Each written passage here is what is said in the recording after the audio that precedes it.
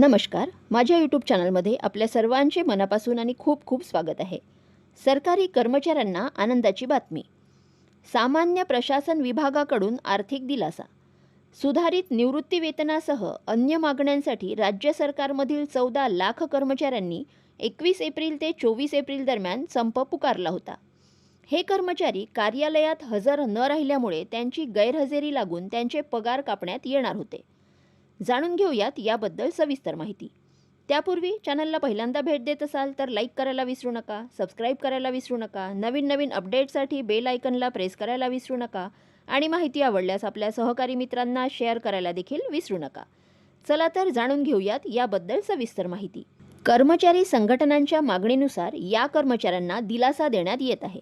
या काळातील त्यांची कार्यालयीन अनुपस्थित नियमित करण्याचे आदेश सामान्य प्रशासन विभागाकडून देण्यात आले. या 4 दिवसांचा पगार त्यांना मिळणार आहे.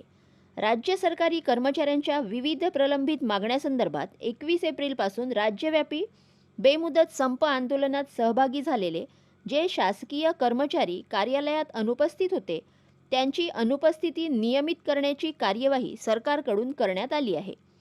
याविषयीचे परिपत्रक सामान्य प्रशासन विभागाकडून जारी करण्यात आले.